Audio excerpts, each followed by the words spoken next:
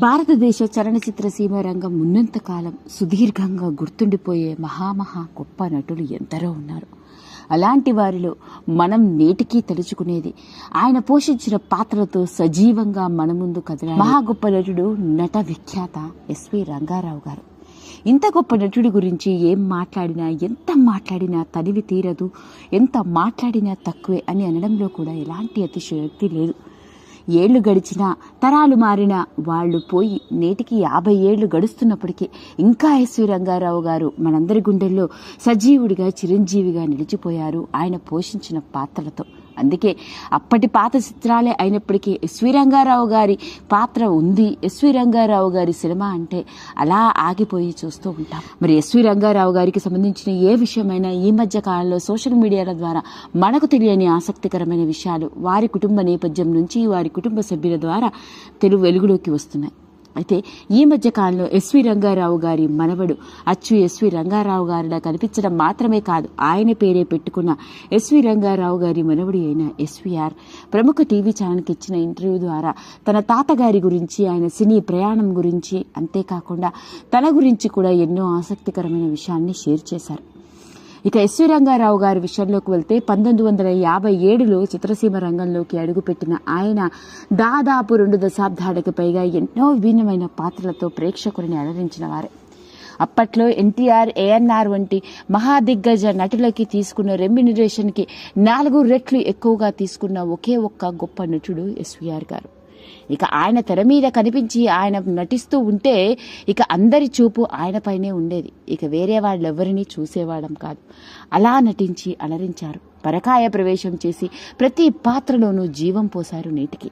అందుకే ఇప్పటికీ ఓ యముడు ఎలా ఉండాలి, ఓ హిరణ్యకశపుడి పాత్ర ఏంటి, ఓ కీచకుడు ఎలా ఉండాలి, ఓ గజాచుకతుడి పాత్ర ఏంటి, ఓ జమీందారు పాత్ర ఏంటి, ఓ తండ్రి పాత్ర ఏంటి అంటే అందరూ ఇన్స్పైర్ అయ్యేది, అందరూ ఆదర్శవంతంగా తీసుకునేది ఎస్వీఆర్ పాత్రల నుంచే.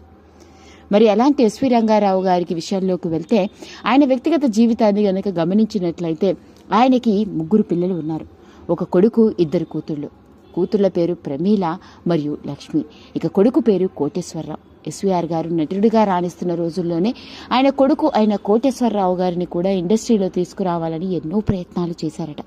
కానీ ఆ ప్రయత్నాలేవీ ఫలించలేదు. కాకపోతే ఆయన లేకపోయినప్పటికీ సినీ వారసత్వం తరతరాలుగా కొనసాగుతున్న నేపథ్యంలో ఎస్వి రంగారావు గారి మనవడు కోటేశ్వరరావు గారి కొడుకు అయిన ఎస్వీఆర్ కూడా ఇండస్ట్రీలోకి హీరోగా అడుగుపెట్టాడు. మిస్టర్ 7 అన్న సినిమాతో ఇండస్ట్రీలోకి అడుగుపెట్టాడు. అయితే అప్పట్లో అతడు నటించిన సినిమా పెద్దగా గుర్తింపు రాకపోవడం, ఆ తర్వాత నటించిన సినిమాలు కూడా విడుదలకు నోచుకోకపోవడంతో సినిమా రంగం నుంచి దూరంగా వచ్చేసి మరి ఇలాంటి నేపథ్యంలోనే ఎస్వి రంగారావు గారి మనవడు అయిన ఎస్వీఆర్ గారు, ఎస్వి రంగారావు గారు ఎలా పోయారో, ముఖ్యంగా తన తండ్రి గురించి, ఎస్వి రంగారావు గారి కోడలు తన తల్లి గురించి ఆయన బయటపెట్టిన అసలు నిజం ఏంటో తెలిస్తే మనందరం నోరెళ్లబెట్టవలసిందే. ఇక తన తాతగారి వైభోగం గురించి చెప్పుకొస్తూ ఆ రోజుల్లో మేముండే ఇల్లు చూస్తే దాదాపు 40 గదులు పైనే ఉండేది. రోజుకి ఓ 100 మందికి పైగా మా నాన్నమ్మ గారు వండి పెడుతూ ఉండేవారు.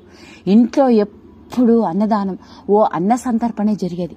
మా తాతగారి వాళ్ళు 11 మంది, మా నానమ్మ గారు వాళ్ళు 9 మంది. ఇలా ఆయన తమ్ముళ్ళు, అన్నయ్యలు, చెల్లెళ్ళు, ఇటు మా నానమ్మ తోబుట్టువులు అందరూ ఆ చెన్నైలోని ఆ ఇంట్లోనే ఉండేవాళ్ళు.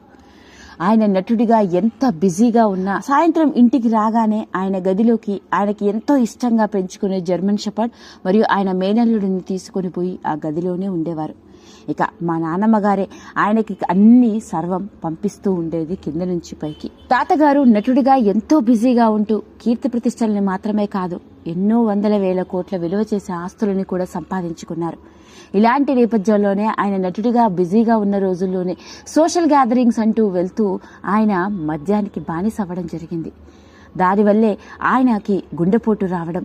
ఓ రోజు షూటింగ్ ముగించుకొని ఇంటికి వచ్చి గదిలో పడుకున్నట్టుగానే గుండెపోటుతో కన్ను మూశారు అని ఎస్వి రంగారావు గారి మనవడు తెలియజేశారు. ఇదిలా ఉంటే ఇక ఆయన చెప్పుకొస్తూ, మా తాతగారు పోయిన తర్వాత మేమందరం చాలా చిన్నపిల్లలం. ఇక మా నాన్నగారు కూడా చిన్నవారు, పెద్దగా ఏ పని కూడా చేసేవారు కాదు. తండ్రి సంపాదించిన ఆస్తులని వాటితో బతకడం అప్పటి వాళ్ళందరికీ అలవాటే కదా, అలానే గడిచిపోయాయి. ఇక అలాంటి నేపథ్యంలోనే ఓ రోజు నాకు 6 ఏళ్ల వయసులో మా అమ్మగారే అందరికీ వండి పెడుతూ ఉండే రోజుల్లోనే ఓ రోజు రాత్రిపూట అమ్మగారు వంటింట్లోకని వెళ్ళి వంటికి నిప్పంటుకొని ఆవిడ కూడా కాలం చేశారు. ఆ తర్వాత ఆ బాధతో మా నాన్నగారు ఓ సంవత్సరానికి, ఆ తర్వాత కొడుకు కోడలు పోయారన్న బాధలో మా నాన్నమ్మ గారు కూడా పోయారు అంటూ ఎస్వి రంగారావు గారి మనవడు ఎస్వీఆర్ అప్పటి రోజుల్ని గుర్తు చేసుకుంటూ కన్నీరు మున్నీరు అయ్యారు. ఇక ఆయన చెప్పుకొస్తూ, నాకు 6 ఏళ్ల వయసులో ఉన్నప్పుడే ఇలా నా తల్లిదండ్రులని నా నానమ్మని కోల్పోవడం జరిగింది. ఇక మమ్మల్ని పెంచి పెద్ద చేసిందల్లా మా తాత పెంచుకున్న మేనల్లుడే. ఆయనే నాకు తండ్రితో సమానం. ఆయనే మా దగ్గరుండి మమ్మల్ని పెంచి పెద్దవాణ్ణి చేశారు అంటూ చెప్పుకురావడం జరిగింది. ఇంకా చెప్పుకొస్తూ, ఇండస్ట్రీలో ఆయన అందరితో చాలా బాగుండేవారు. మరీ ముఖ్యంగా ఓ కూతురా తోబుట్టువా అంటే సావిత్రమ్మ గారితో ఆయనకి విడదీయరాని అనుబంధం ఉండేది. అందరితో ఎంతో చక్కగా ఉన్నప్పటికీ అప్పట్లో మహా గొప్ప నటులైన ఎన్టీఆర్ గారు, ఏఎన్ఆర్ గారితో మాత్రం వృత్తిపరంగా రైవలరీ అనే చెప్పాలి. ఎందుకంటే ఎస్వి రంగారావు గారు పాత్ర పోషిస్తున్నారు అంటే ప్రతి ప్రేక్షకుడి చూపు ఎస్వీఆర్ మీదే ఉండేది.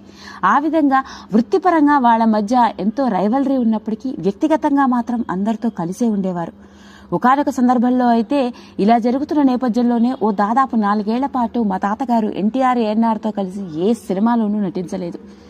ఆ కోపం కొన్నాళ్ల పాటు కొనసాగింది. ఆ తర్వాత బిఎన్ రెడ్డి దర్శకులు కలగజేసుకుని మళ్లీ అందరినీ సర్ది చెప్పడంతో తాతగారు ఎన్టీఆర్, ఏఎన్ఆర్లతో కలిసి నటించారు అంటూ ఎస్వి రంగారావు గారి మనవడు ఒకప్పుడు హీరోగా అడుగుపెట్టి ప్రస్తుతానికి సినిమా రంగానికి దూరంగా తన సొంత వ్యాపారాలు చేసుకుంటూ ఉంటున్న అతను ఈ మధ్య కాలంలో వెలుగులోకి తీసుకొచ్చిన ఈ విషయం, ముఖ్యంగా తన తల్లి ఎలా పోయిందో ఎస్వి రంగారావు గారి కోడలు అలా అకస్మాత్తుగా కాలం చేయడం వెనక అసలు విషయాన్ని బయటపెట్టడం జరిగింది. అదండి ఇప్పుడున్న సోషల్ మీడియాల ద్వారా ఎన్నో రకరకాల వార్తలు వస్తున్న నేపథ్యంలో ఎస్వి రంగారావు గారి కోడలి గురించి బయటపడిన అసలు నిజం ఇప్పుడు అందరినీ షాక్కి గురి చేస్తోంది. షేర్ చేయండి, సబ్స్క్రైబ్ చేసుకోండి. మరిన్ని వీడియోస్ కోసం పక్కనే ఉన్న బెల్ ఐకాన్ని నొక్కడం మాత్రం మర్చిపోకండి.